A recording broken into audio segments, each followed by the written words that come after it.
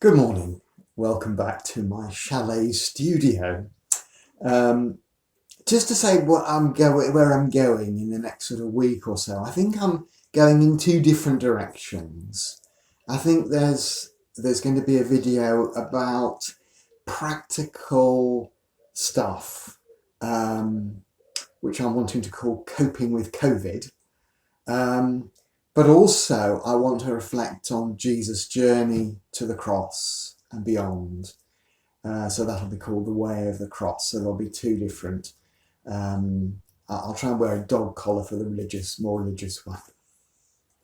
And this is the non-dog collar version. But actually, I hope the same sort of values will come into both. So the first, coping with COVID. I was listening to my usual Radio 4 fix on science yesterday, and there was an interesting article with a sort of astronaut. You may remember that 6 people were cooped up in a simulated space capsule for 18 months to simulate what it would be like going to Mars. And one of those people was on the program, and he was sharing what it's like to be cooped up in a confined space with 5 other people who you didn't choose to be with, which sounds very much like family life to me, family life at the moment in the COVID crisis. So how did he cope? Well, here are his top tips. He said, set objectives, develop a routine, and build in time for self-care. And they feel really important. I would want to add flexible and realistic with all of those. So he was saying, he had this 18 months of confinement, and he was encouraging people to do things in the time so that it isn't completely wasted time. Now that's difficult because some of you will be hugely busy if you work in the NHS, or if you are a parent working from home and providing homeschooling and child entertainment under difficult circumstances. That will be really difficult. So there may not be much time.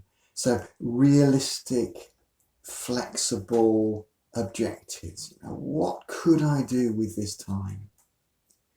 And I think something all of us could be doing is to think about what this peculiar, difficult, awful time helps us to see is important. What is really important to me from this perspective? Very different perspective. What is really important? And to write that down, almost sort of chisel them in stone or something. What is really important, so that you keep hold of these things for the rest of your life in the AC after COVID time.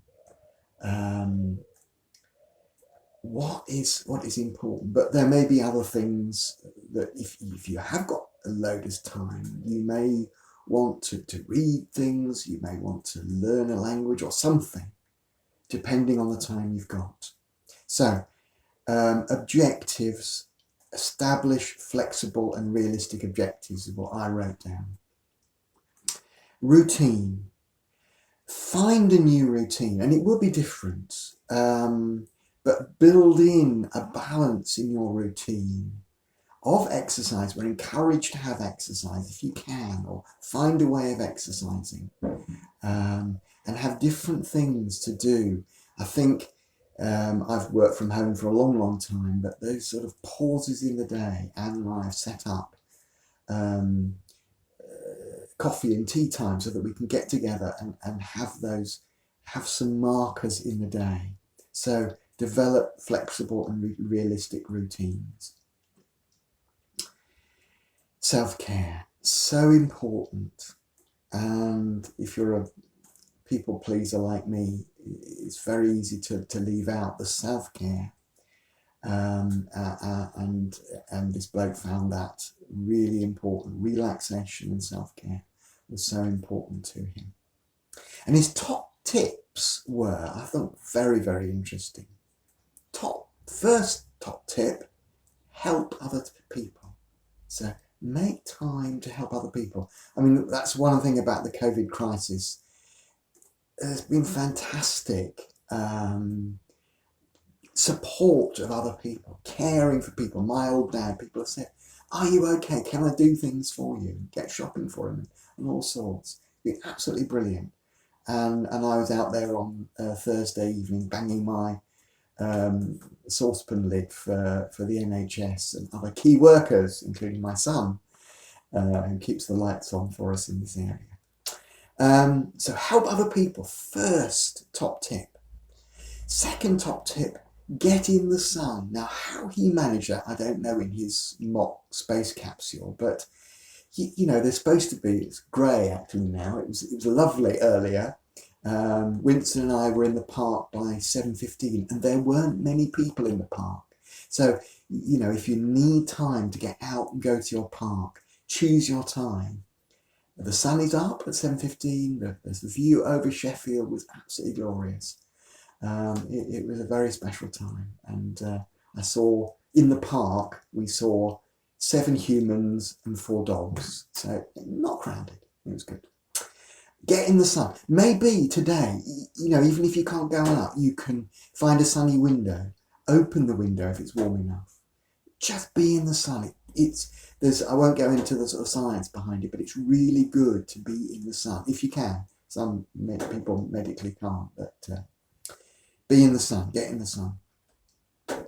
Listen is third top tip, listen to music you love. And just something from my times of depression, there have been times when I just couldn't even choose the music to listen to.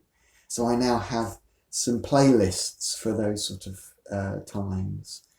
Comfort Floyd, Pink Floyd, which brings me comfort, has been important to me. Other music genres are available, and I've been finding I need to listen to quieter, calmer music. So someone was recommending some calm classics, a Mozart piece and Chopin things. So yeah, if you do playlists, if you can do that sort of thing, set yourself up a playlist or choose some albums or whatever it is, CDs, that you have in a special section for when you're feeling down. Music you love. And the fourth thing was read books.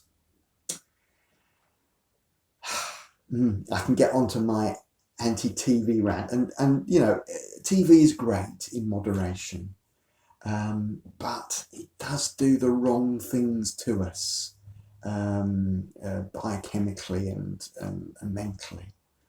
Reading a book is actually far more wholesome and helpful. And you know, find the book that you like. It took me ages to find the sort of genre I like, mainly crime fiction actually, which is not very exciting, but that's what, you know, my sort of relaxation reading is that. But find what works for you, and maybe a more challenging book as well. Yeah. So that's a start. Coping with COVID. Hope it was helpful. Thanks. Bye.